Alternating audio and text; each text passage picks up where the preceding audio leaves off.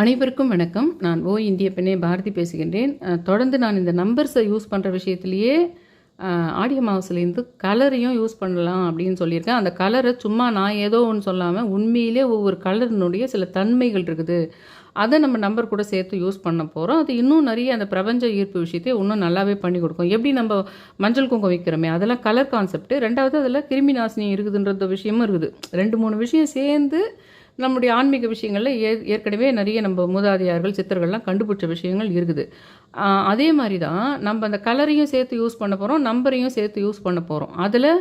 இதில் ஒரு அற்புதமான விஷயம் என்னென்னா, திருதியைன்னா வளருதல். அதனால தான் அக்ஷய திருதி அன்னைக்கு நீங்கள் கோல்டு வாங்கினா நல்லா வளரும்னு சொல்கிறது. அதுவும் வளர்ப்பிறை திருதியையாக இருக்கணும். அது வளர்ப்பிறை திருதியை தான் ரொம்ப ரொம்ப சூப்பர். அந்த வளர்ப்பிறை திருதியையில் வாஸ்து நாள் வந்திருக்குது. அப்போ நீங்கள் வீடு வாங்குகிற விஷயத்துக்கு, அது வீடு வாங்கணுமோ நிலம் வாங்கணுமோ, ஆக மொத்தத்தில் வீடு தான் உங்கள் மைண்டில் இதுவாக இருக்குது. அது பெருசாக நிலம் வாங்கி இண்டிபெண்ட் ஹவுஸாகவும் இருக்கலாம், இல்லை 2 BHK வீடானா இருக்கலாம். ஆக மொத்தத்தில் அது வீடு இல்லை, ஒரு நல்ல வாடகை வீடே போகலான்னு நினைக்கிறீங்க நீங்கள், அப்படின்னா கூட இதை பண்ணுங்கள். நீங்கள் வாடகை வீடு முதல்ல சில பேருக்கு, எனக்கு தெரிஞ்ச லைஃப்பில் நிறைய விஷயம், என் லைஃப்லேயே நான் பார்த்த விஷயம் என்னென்னா, தப்பி தவறி கடவுளுக்கு உங்களுக்கு ஏதோ ஒரு நில சம்பந்தமான வாய்ப்பு நல்ல வாழ்க்கை இருக்குதுன்னு வச்சுக்கோங்களேன், முதல்ல வாஸ்துப்படி இருக்கிற ஒரு வாடகை வீட்டுக்கு உன்னை போக வச்சிருவார். உன் வாழ்க்கை நல்லா இருக்கணும்னு ஏதோ கர்மா கழிஞ்சு போச்சு, உனக்கு நீ நல்லா தொடர்ந்து ஆன்மீகமாக நீ இருக்கிற, நல்லா சாமி கும்பிட்ற, உனக்கு நிறைய தவறுகள் உங்கள்கிட்ட இல்லை, நிறைய ஏமாத்து விஷயங்கள் உங்கள்கிட்ட இல்லை, நீ நேர்மையாக தான் இருக்கிற, உன் கர்மாலாம் ஆல்மோஸ்ட் கழிஞ்சு போச்சுன்னா முதல்ல உன்னை வீடு வாங்க வைக்காது. முதல்ல உன்னை என்ன பண்ணுன்னா, ஒரு வாஸ்துப்படி இருக்கிற வீட்டுக்கு வாடகை போக வச்சிரும். அங்கேருந்து வேலை பார்க்கும், அங்கேருந்து வீடு வாங்க வைக்கும், அங்கேருந்து வேலை கொடுக்கும், அங்கேருந்து பெரிய பெரிய படிப்பு படிக்க வைக்கும். எல்லாமே நீங்கள் உத்து பார்த்தீங்கன்னா அங்கேருந்து தான் ஆரம்பிச்சிருக்கோம் எல்லாமே. அப்போ அதனால் ஒரு வாடகை வீடுன்னா துச்சமாக நினைக்காதீங்க. வாடகை வீடு வாஸ்துப்படி ஒரு வேளை கட்சிதானா, அதுதான் நீங்கள் ஒரு வீட்டை பற்றி யோசிக்கும் போதே என்ன ஆகும்னா, அந்த வாஸ்து வீடு இப்போதைக்கு உங்களுக்கு சொந்த வீடு அமைகிற வாய்ப்பு இல்லைன்னா கூட என்ன பண்ணிவிடோன்னா, வாஸ்து வீடை உங்களுக்கு அமைய வச்சிரும். அது உங்களுக்கு எல்லாமே பார்த்துக்கும். அது எல்லாமே ஏற்படுத்தி கொடுத்துட்டே போகும் அது. அந்த மாதிரி உங்களுக்கு அதில் வேறு இந்த சமயம் பார்த்து வளர்ப்பிறை திருதியையில் உங்களுக்கு வாஸ்து நாள் வருது. நான் எப்பவுமே சொல்கிறேன் பார்த்தீங்களா, அந்த வாஸ்துனாவே உங்களுக்கு சொம்பில் தண்ணி வச்சு சுற்றி அந்த கொஞ்சம் பூ 1 முழத்துக்கு 2 முழத்துக்கு வாங்கி அந்த சொம்பை சுற்றி கட்டிட்டு பூஜை ரூமில் இதில் ஈசான மூலையில் ஒன்றும் வாசப்படியில் மேலே ஒன்றும் வச்சுட்டு, அதுக்குள்ளே கூட நீங்கள் ஏலக்காய், கிராம்பு, அந்த மாதிரி வாசனை இதுங்கெல்லாம் நம்ம போடுறோம் பார்த்திங்களா, அது மாதிரிலாம் போட்டுட்டு அந்த தண்ணியில் நீங்கள் அது வாஸ்து பகவானாக நினச்சி, அந்த வாஸ்து ஸ்லோகம் இருக்குதுல்ல, அது டிஸ்கிரிப்ஷனில் வேணால் போடுறேன். அதை இந்த முறை நம்ம வேணால் அந்த 11 நம்ம கெட்டியாக பிடிச்சிக்கிறதுனால 11 முறை நீங்கள் சொல்லலாம். இந்த வாஸ்து புத்திராயன்னு தொடங்கும், அதை நான் போடுறேன் இந்த டிஸ்கிரிப்ஷனில். அதை 11 முறை சொல்லலாம். அதாவது பூஜை ரூமில் ஈசான மூலை உங்களுக்கு இருக்குதோ இல்லையோ, ஆனால் ஈசான மூலையில் வைக்கணும் சொம்பை, அங்கே வச்சு 11 முறை சொல்லுங்கள். வாசப்படி மேலே வச்சுருக்கிறீங்களா அங்கேயும் சொல்லுங்கள். முடிஞ்சால் வாசப்படி ஆண்ட அதை நீங்கள் சொல்லும்போது வேறு விளக்கும் ஏற்றி வச்சு நீங்கள் சொல்லி முடிச்ச பின்னாடி நீங்கள் அந்த சொம்பு விளக்கு ரெண்டுத்தையுமே எடுத்து மறுபடியும் அந்த ஈசான மூலையில் இருக்கிற சொம்புக்கிட்டே எடுத்துமே வச்சுருங்க. அப்புறமா அந்த சொம்பு இந்த சொம்பு ரெண்டுத்துக்கும் சேர்த்த மாதிரியே அந்த விளக்கு வச்சு அங்கே சொல்லுங்கள். அப்படி பண்ணுங்கள். ஏன்னா ரொம்ப நேரம் வாசப்படி ஆண்ட அதை வச்சு யாருன்னா தட்டி விட்டுறக்கூடாது. அந்த டைம் எதுவாக இருக்கணும்னா, இந்த நான் வர சண்டேவில் வர அந்த திருதியில் வர்றது காலையில் 7:44லேருந்து 8:20 வரைக்கும், அந்த இன்பிட்வீன் டைமில் அது பண்ணிவிடுங்க. அந்த இன்பிட்வீன் டைமில் நான் சொல்கிறதும் அதுக்குள்ளேயே முடிச்சிடக்கூடியது தான். அதாவது ஆல்மோஸ்ட் உங்களுக்கு அரை மணி நேரம் வருது. அதுலேயே நான் சொல்கிறதையும் செஞ்சிட முடியும். இப்போ நான் அந்த கலர் கான்செப்டில் ஒன்று சொல்ல போகிறேன் பாருங்கள், அதை கூட அதில் செஞ்சிடலாம். அதில் ஆரம்பிச்சுட்டு அப்படியே இன்னொரு அரை மணி நேரத்துக்கு கூட போகலாம். இல்லைன்னா நீங்கள் அதுக்குள்ளேயும் பண்ணிவிட்டு அந்த 7:44லேருந்து 8:20க்குள்ளே அந்த சொம்பு வைக்கிற விஷயத்தையும் பண்ணிவிட்டு அங்கேயே இந்த கலர் கான்செப்ட் விஷயத்தையும் உங்களால் முடிஞ்சால் பண்ணிவிட்டு, ஆனால் நீங்கள் என்ன பண்ணணுன்னா, இந்த கலர் கான்செப்ட் விஷயத்தை மட்டும் 11:11க்கு என்றைக்கு கம்மிங் சண்டே அன்றைக்கி 11:11க்கு கரெக்டாக 1 நிமிஷம் இருக்கும். அப்புறம் 11:12 மாறிடும். அந்த 11:11லேருந்து 11:12 வரைக்கும் 1 நிமிஷம் இருக்கும். அதுக்கு முன்னாடியே நீங்கள் இப்போ இந்த காலையில் பண்ண சொல்கிறப்பவே போட்டு வச்சுருங்க நான் சொல்கிற கலரை. அது என்னதுன்னா பச்சை கலரும் அன்றைக்கி போட்டு காமிச்சோம் பார்த்தீங்களா, அந்த மாதிரி நான் இங்கே போட்டு காட்டல. ஆனால் நான் அன்றைக்கி பென்சிலில் போட்டேன். நான் கொஞ்சம் அடுத்தடுத்து போடுற வீடியோவில் நான் சொல்கிறேன். கலர் பேப்பரே ஃபுல்லாக ஒரு ஷைனிங் பேப்பர் விற்குது பார்த்தீங்களா, பசங்களுக்கெல்லாம் கிராஃப்ட் ஒர்க் பண்ணுறதுக்கு. அந்த மாதிரி நான் சொல்கிற மாதிரி கலருங்கள்லாம் வாங்கி வச்சுக்கோங்க. அதை பெருசாக சதுரமாக நல்லா வெட்டியே ஒட்டி வச்சுக்கோங்க. நான் என்னெல்லாம் எப்போல்லாம் எது சொல்கிறேனோ அதை பார்த்துக்கிட்டே நினைக்கணும். அதை பார்த்துக்கிட்டே வேறு விஷயத்துக்கு வீடுக்கு வேலை கிடைக்கிறதுக்கு அப்படின்னு பார்த்துக்கிட்டே நினைக்கணும். ஆனால் ஒரு பச்சையிலேயே பொறாமல் இருக்கிற மாதிரி இன்றைக்கி வீடுக்காக நான் சொல்ல போகிற விஷயத்தில் பொறாமை கிடையாது. பொறாமை பச்சையோடு தான் சம்மந்தப்பட்டது. ஆனால் இன்றைக்கி நான் சொல்ல போகிற பச்சை நீங்கள் எப்படியானா பண்ணிங்க, கலர் பென்சிலோ ஸ்கெட்ச்லேயோ சதுரத்தில் வரைஞ்சிக்கோங்க. அப்புறம் நான் போட போகிற வீடியோவில் நான் காட்டுறேன். வாங்கின்னு வந்து ஒரு கலர் பேப்பர் ஷைனிங்காக விற்குது கடைங்களெல்லாம் கிராஃப்ட் ஒர்க் பண்ணுறதுக்கு. அதை வாங்கி வந்து கலர் கலராக வச்சுக்கிட்டோம்னா ஒரு ஷீட்டே 2 ரூபா 3 ரூபா தான் இருக்கும். அதை வாங்கி சதுரமாக ஒட்டி வச்சுக்கிட்டிங்கன்னா அப்போ நீங்கள் நான் சொல்லும் போதெல்லாம் அதை எடுத்து பார்த்துக்கிட்டே இந்த 11 முறை வேண்டுறதோ இல்லை பார்த்துக்கிட்டே திங்க் பண்ணுறதோ. ஆனால் இப்போ இன்றைக்கி நான் சொல்ல போகிறது இந்த வீடு விஷயம் வந்து அந்த காலையில் நம்ம ஐதீகமாக பண்ணுற விஷயம் முடிச்சுட்டு பின்னாடி 11:11க்கு நீங்கள் பண்ண வேண்டியது காலையிலே போட்டுருங்க. பச்சை கலர் பாக்ஸ் ஒன்றும் ப்ரௌன் கலர் பாக்ஸ் ஒன்றும். ஏன் இதுக்கு பச்சை கலர் பாக்ஸ்ன்னு நான் சொல்கிறேன்னா பச்சை கலருக்கு சில குணங்கள் இருக்குது. அது என்னதுன்னா நேச்சுரல்னா இயற்கை அப்படி இருக்குது. ஹார்மோனி அப்படின்னா ஒத்திசைத்தல் ஒத்துப்போதல் அப்படின்றாங்கல்ல, அப்படியே எடுத்துக்கலாம். அதை நல்லிணக்கமாக ஒத்துப்போதல். நம்மளுடைய விஷயம் நம்ம ஒன்று நினைப்போம், நம்ம ஒரு வாழ்க்கை நம்ம வாழ்வோம். நம்ம சுற்றி இருக்கிற மனிதர்களோ இல்லை சூழ்நிலையோ அது கூட ஒத்து போகணும். நீ ஒன்று நினைப்ப, நீ ஒரு வாழ்க்கை இருக்கும், ஆனால் அது ஒத்து போகாது இருந்ததுன்னா மொத்தமே கெட்டு போகும். அதனால் இந்த நல்லிணக்கமான சூழ்நிலை அல்லது உன் கூட இருக்கிறவங்க உன் கூட நல்லிணக்கமாக இருக்கிறது, உன் வாழ்க்கை உன் கூட சேர்ந்த மாதிரி நல்லிணக்கமாக இருக்கிறது, இது எல்லாமே தான் அந்த ஹார்மோனின்றது. அதுவும் அந்த பச்சைக்குரியது. சேஃப்டி, பாதுகாப்பு. பச்சைன்னா பாதுகாப்பு. அதே மாதிரி பச்சைன்னா ஹெல்த்து, அதாவது ஆரோக்கியம். அதே மாதிரி பச்சைன்னா லைஃபு. அதே மாதிரி பச்சைன்னா பேலன்ஸு.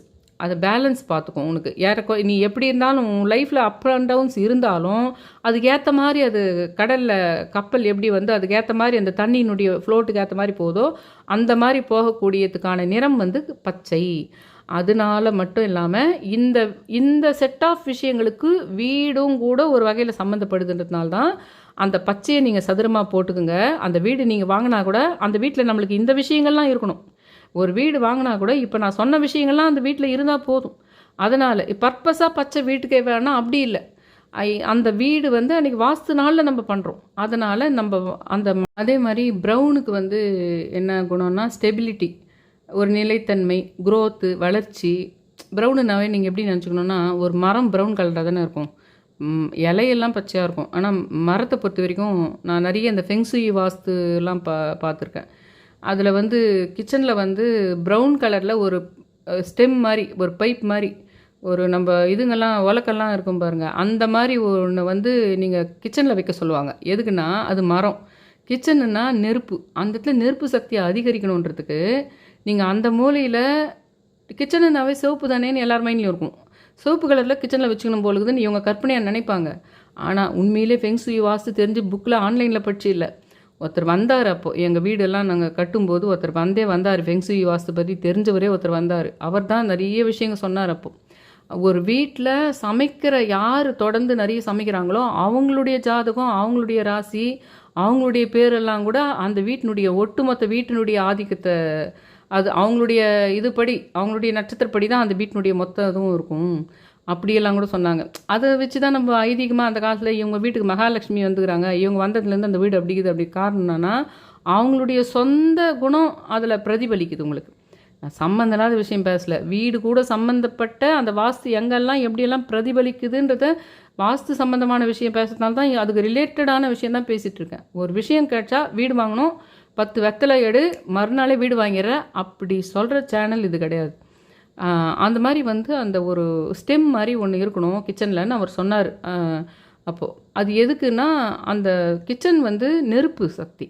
அந்த இடத்துல ஸ்டெம் மாதிரி ப்ரௌன் கலரில் இருந்தாலும் ஸ்டெம் மாதிரி ஷேப்பில் உயரமாக ஒரு சின்ன பில்லர் மாதிரி இருந்தாலும் அது மரம்ன்றது குறிக்குது. அப்போ மரம் என்ன பண்ணும், கிச்சனில் இருக்கிற அந்த நெருப்பை வந்து அந்த மரம் வந்து நெருப்புக்கிட்ட பட்டால் என்ன ஆகும், அந்த நெருப்பை இன்னும் அதிகரிக்கும். அந்த மரம் நெருப்பு பட்ட உடனே எரியும். அப்போ அந்த நெருப்பு சக்தியை இன்னும் அதிகரிக்கும். அதனால் அப்படி வைக்கணும். அப்படி இல்லைனாலும் நீங்கள் பச்சைனாலும் அது கரெக்டு தான். கிச்சன்லேயோ அல்லது நார்த் வெஸ்ட்டு கார்னரும் உங்களுக்கு செகண்ட் சாய்ஸ் கிச்சன் வைப்பாங்க.